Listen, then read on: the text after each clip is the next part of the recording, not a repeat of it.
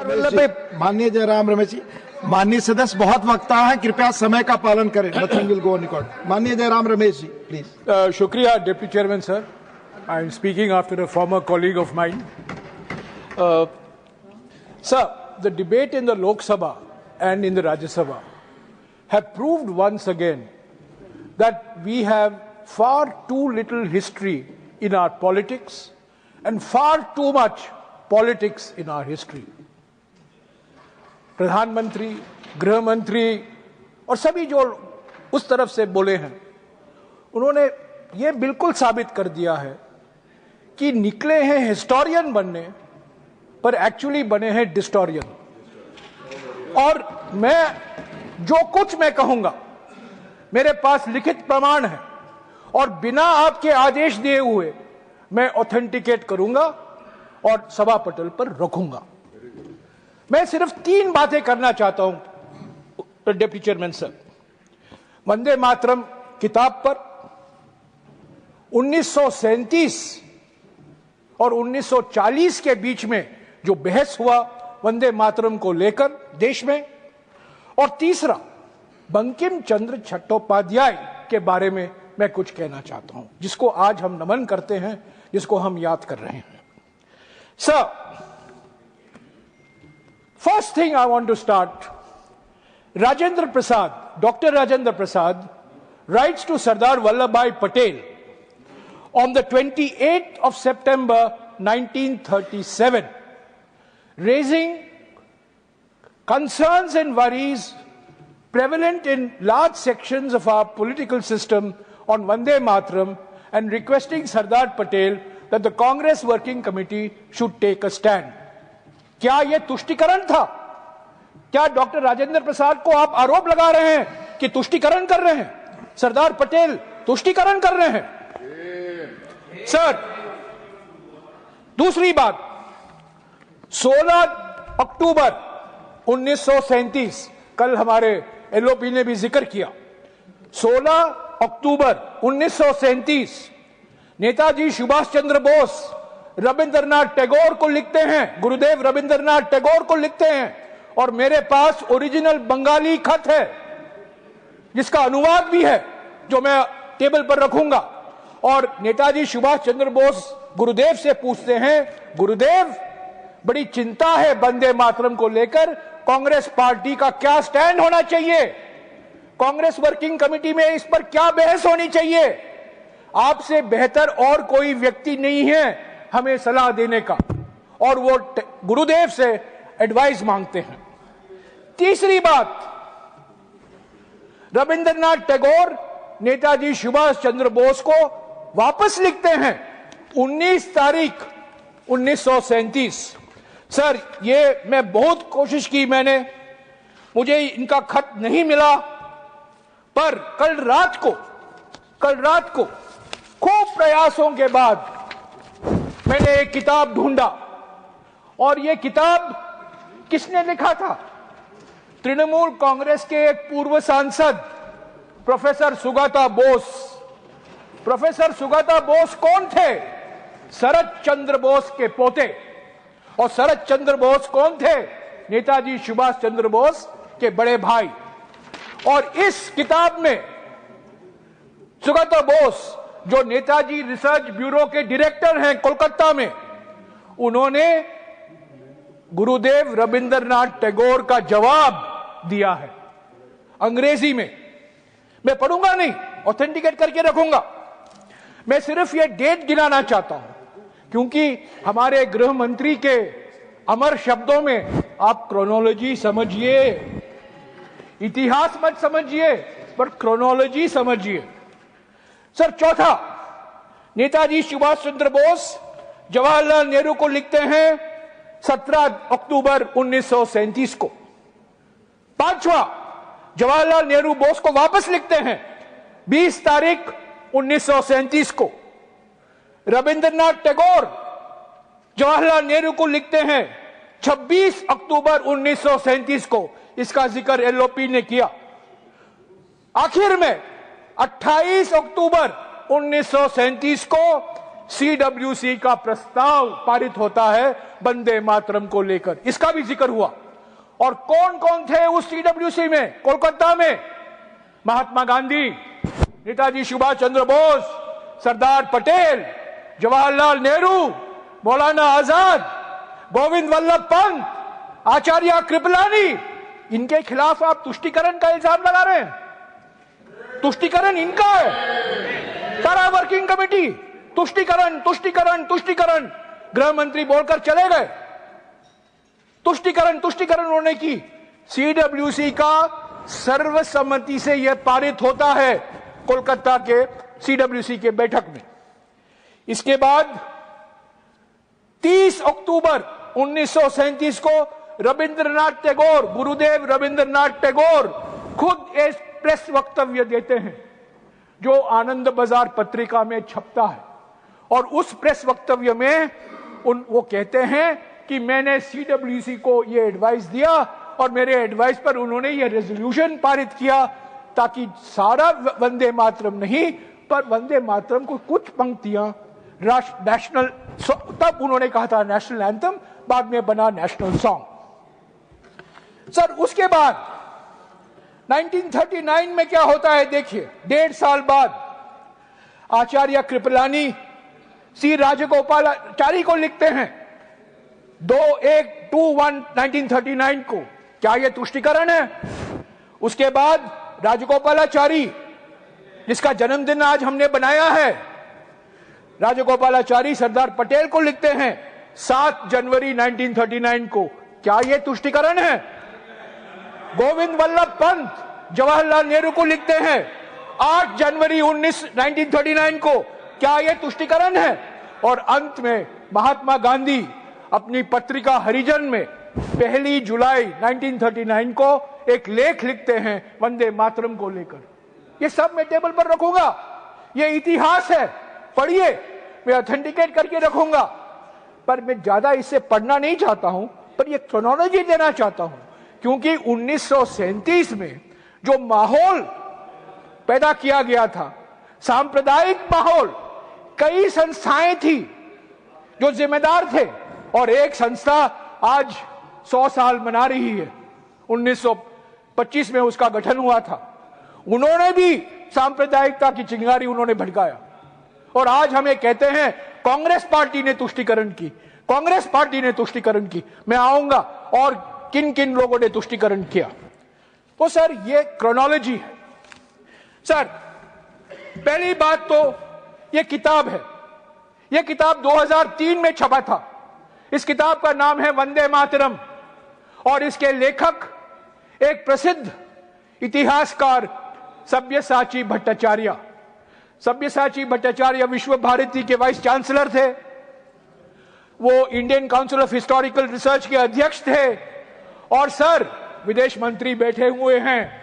सब्यसाची भट्टाचार्य उसी विश्वविद्यालय में प्रोफेसर थे जिस विश्वविद्यालय में हमारे ज्ञानी वित्त मंत्री, हमारे ज्ञानी विदेश मंत्री और हमारे जेडीयू के नेता संजय झा पढ़े थे। और यह किताब सब्यसाची भट्टाचार्य ने लिखा है। सब्यसाची का माने क्या है? डिप्टी चेयरमैन सर, इनको जानना चाहिए। सब्यसाची नाम विष्णु का एक नाम है, विष्णु सहस्त्र नामम में आता है। सब्यसाची का अर्थ है जो बाएं हाथ से तीर मारता है और दूसरे दाएं हाथ से भी मारता है, 2 हैंडेड। सब्यसाची भट्टाचार्य 2 हैंडेड इतिहास थे, वो लेफ्ट के नहीं थे, राइट के नहीं थे, वो एक सचमुच बुद्धिजीवी थे। और उन्होंने ये किताब लिखी, और मैं सारे सांसदों को आज रात तक ये किताब पहुंचा दूंगा। ये 150 पेज का किताब है, पढ़िए इसका इतिहास क्या है। सब्यसाची भट्टाचार्य लिखते हैं कि 1875 में पहला वंदे मातरम लिखा गया। उसके बाद में जब आनंद मठ प्रकाशित हुआ 1882 में, उसमें और पंक्तियां जोड़ी गई, और पंक्तियां जोड़ी गई, यानी कि 1875 में एक वंदे मातरम था और 1882 में उसको और ज्यादा बड़ा किया गया। तो ये सब्यसाची भट्टाचार्य किताब में बहुत सारी चीज है इतिहास को लेकर, क्यों ये राष्ट्रगीत बना, किस माहौल में इसका ट्रांसलेशन हुआ, सभी भारतीय भाषाओं में इसका विवरण है। सो मैं गुजारिश करूंगा डिप्टी चेयरमैन सर, सभी सदस्य इसको पढ़ें। मेरा जो मैं कह रहा हूं उस पर विश्वास मत रखें, पर ये जो प्रोफेसर कहते हैं जिन्होंने हमारे विदेश मंत्री को इतिहास पढ़ाया है, हालांकि आज वो इतिहास ये भूल गए हैं, वित्त मंत्री को पढ़ाया है, हमारे जेडीयू के अध्यक्ष को पढ़ाया है, उसी अध्यापक की एक किताब पढ़िए। सर मैं दूसरी बात कहना चाहता हूं बंकिम चंद्र चट्टोपाध्याय के बारे में। सर बंकिम चंद्र चट्टोपाध्याय के बारे में बहुत चीजें कही गई हैं, पर क्या आप लोग सब जानते हैं कि 1876 को 1876 को एक संस्था का गठन हुआ कोलकाता में, महेंद्र लाल सरकार, सुखेंदु बाबू जानते हैं, 1876 में Indian association for the cultivation of science, और उसके जिम्मेदार बंकिम चंद्र चट्टोपाध्याय थे। उन्होंने पूरा प्रयास किया ये Indian association for cultivation of science बने, और इसी Indian association of cultivation for science में काम करके भारत का पहला विज्ञान में नोबेल पुरस्कार सीवी रामन को मिला। सीवी रामन ने और अमेरिका में काम नहीं किया, इंग्लैंड में काम नहीं किया, कोलकाता के Indian association of cultivation of science में किया, जिसकी स्थापना करने में महेंद्र लाल सरकार और बंकिम चंद्र चट्टोपाध्याय का बहुत बड़ा योगदान था। तो बंकिम चंद्र चट्टोपाध्याय जी कहते थे विज्ञान और आध्यात्मिकता दोनों का संगम, दोनों का मिलन होना जरूरी है। सर ये आनंद मठ किताब है, मैं बंगाली पढ़ नहीं सकता हूं, पर मैं अंग्रेजी में पढ़ा, और इसमें इंट्रोडक्शन में कहा जाता है, there is an incident worth recalling. There was a wedding party at the Calcutta home of Ramesh Chandra Dutt, a literary disciple of Bankim Chandra Chattopadhyay. The young Tagore, Rabindranath Tagore, was a guest, and Chatterjee was the guest of honor.